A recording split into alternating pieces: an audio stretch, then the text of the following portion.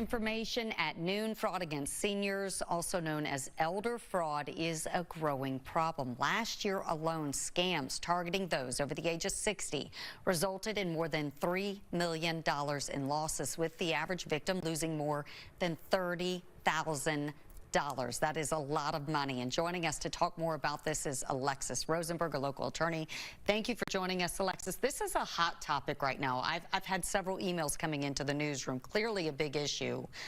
Legally, what can you say is going on? Well, first of all, Florida is #2 in the nation, so that says a lot. So what's really going on is a lot of different things, but the top 3 are the call center frauds. We have financial fraud, a lot circulating around cryptocurrency, and we have the relationship friendship fraud are the top 3. Yes, people befriend someone, they get into their home, steal items in their wallet or items around the house. I've heard of that one too. So what can families do to protect their elderly loved ones or friends? What can you do to protect yourself? First of all, seniors should be very weary of targeted, unsolicited contact. Like somebody knocks on your door, you don't know them. They email you, you don't know them. They give you a call, you don't know them. Also, don't trust the caller IDs. They're very sophisticated, and the caller ID can actually have a legitimate business or a business you're even familiar with,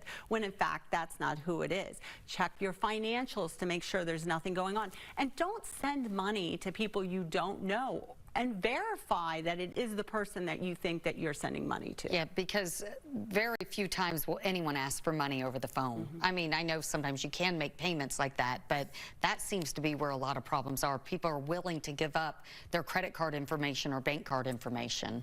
Summer, that's a good point. And a lot of times they'll call up and say something like, doctor's offices do this, and they'll say, can you verify your name and your birth date? And what I recommend is you say, I'm sorry, I don't feel comfortable doing that over the phone. I will call you back to give that information. Or even go to the office yourself if you have the time. Correct. And what should you do if you feel like you've been scammed? A lot of times you can get your money back through your bank or credit card especially, but sometimes people just let it go and pay. So what should people do?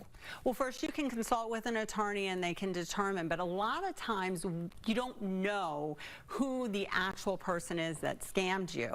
So I do recommend that you contact law enforcement, local FBI, depending on the scam, and notify them. They may not be able to prosecute or find out who that person is, but you'll put them on alert about it. So hopefully they'll put certain things in place that they'll be able to prevent it from happening again. But number 1 is, don't be embarrassed about this. They are professional scam artists. They are targeting you. Don't be embarrassed. That is so true, and I think that's why a lot of people don't report it, because they are embarrassed. But money is money, and you worked hard for it.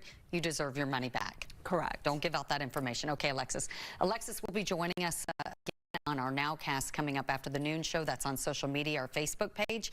But we also will have more information on reporting senior fraud on our website, mysuncoast.com. Once again, Alexis Rosenberg, thank you for joining us. So helpful and important information. Stephanie?